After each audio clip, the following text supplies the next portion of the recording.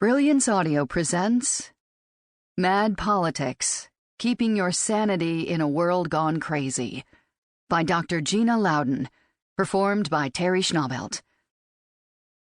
I use social media not because I like to, but because it is the only way to fight a very dishonest and unfair press, now often referred to as fake news media. Phony and non-existent sources are being used more often than ever. Many stories and reports a pure fiction. Donald J. Trump, Twitter, December 20th, 2017.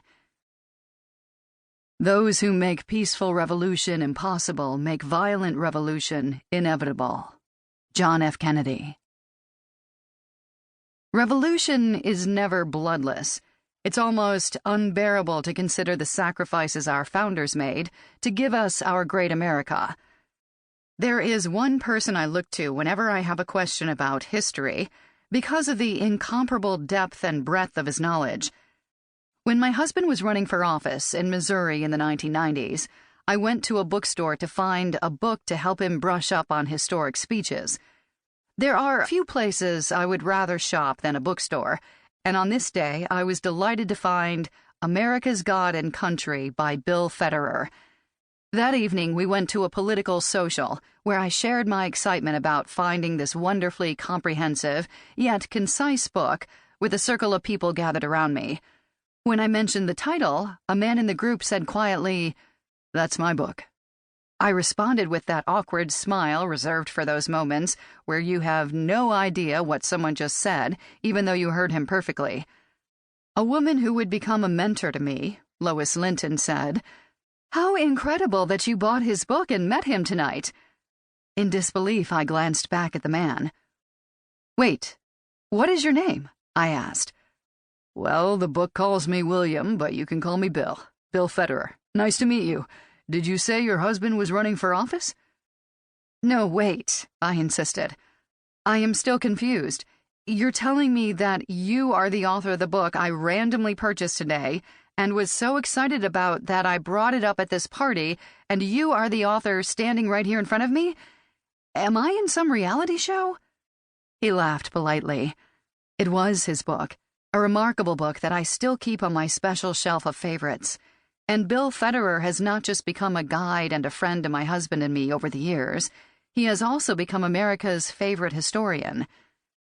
When I began to consider writing a book about how this president and his Make America Great Again movement had pulled off a bloodless revolution, I wrote to Bill asking for his historical perspective.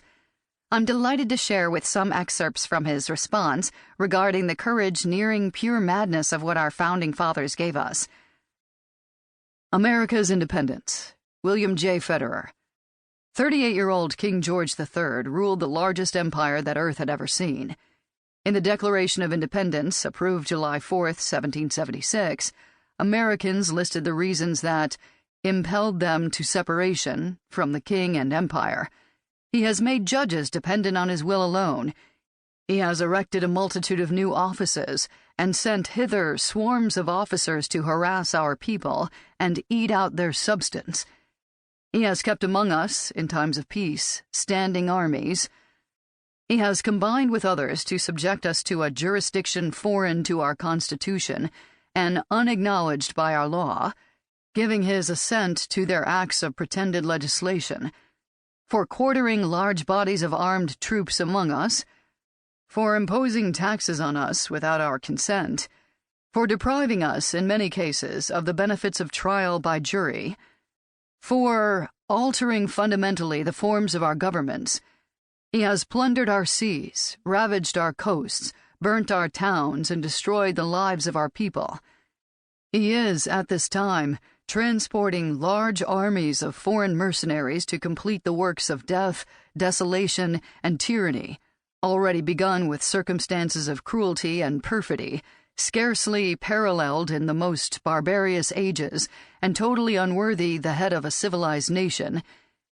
He has excited domestic insurrections among us, and has endeavored to bring on the inhabitants of our frontiers, the merciless Indian savages, whose known rule of warfare is an undistinguished destruction of all ages, sexes, and conditions.